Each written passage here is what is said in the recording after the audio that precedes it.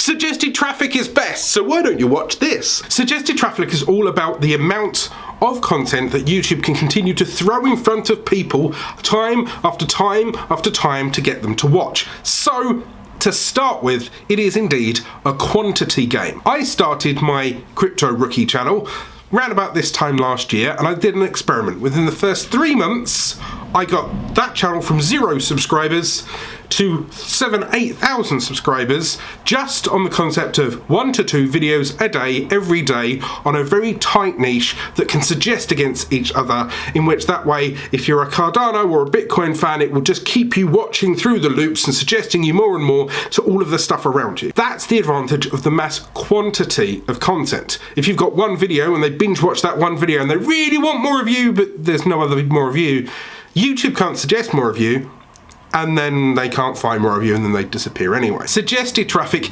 needs a bowl of stuff to pick from to share out there, and if it's a quantity amount of all around a similar topic, if you're really liking knitting, you're going to watch more knitting videos. You're not going to get really into knitting and then watch a Formula 1 video. You just want to binge that content. So quantity of that important, nourishing content is key. Relevancy. Now this is very important. You need to pay attention to the fact that I could be talking about how to bake a cake if the rest of my videos are skydiving and then how to make a curry and how to clean snow off the roads.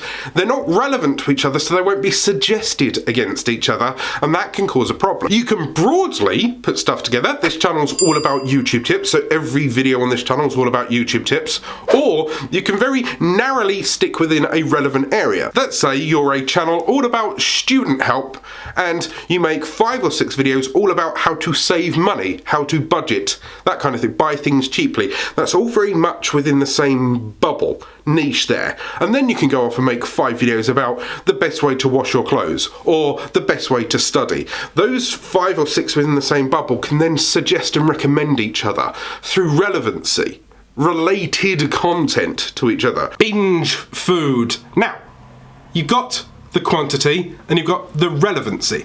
What you need now is the ability to binge. Recently, if you're smart, you'll see what I'm doing. I'm making a load of content that is helpful, that is bingeable, that stands alone in its own right. So I'm giving you tips here on how to make videos that can get suggested video content. And I've made a video on how to start a YouTube channel, how to get views, how to get watch time. They're all within that sphere of how to start a YouTube channel.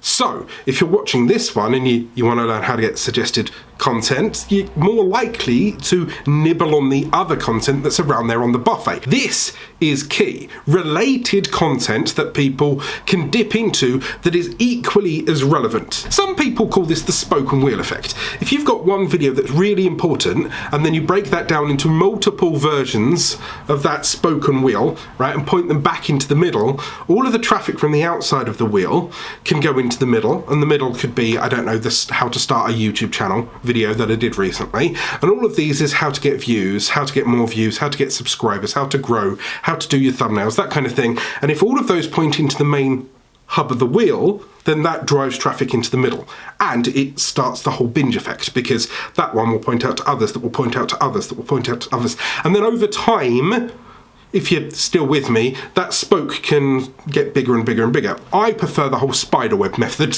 because it explains it more. You've got the bit in the middle, but then there's other bits on the outside, the outside, the outside.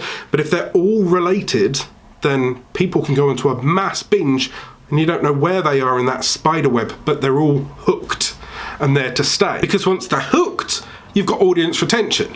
That video there will teach you exactly how to hook them and keep them there. And there. Go watch that if you truly want to see how to start your YouTube channel properly.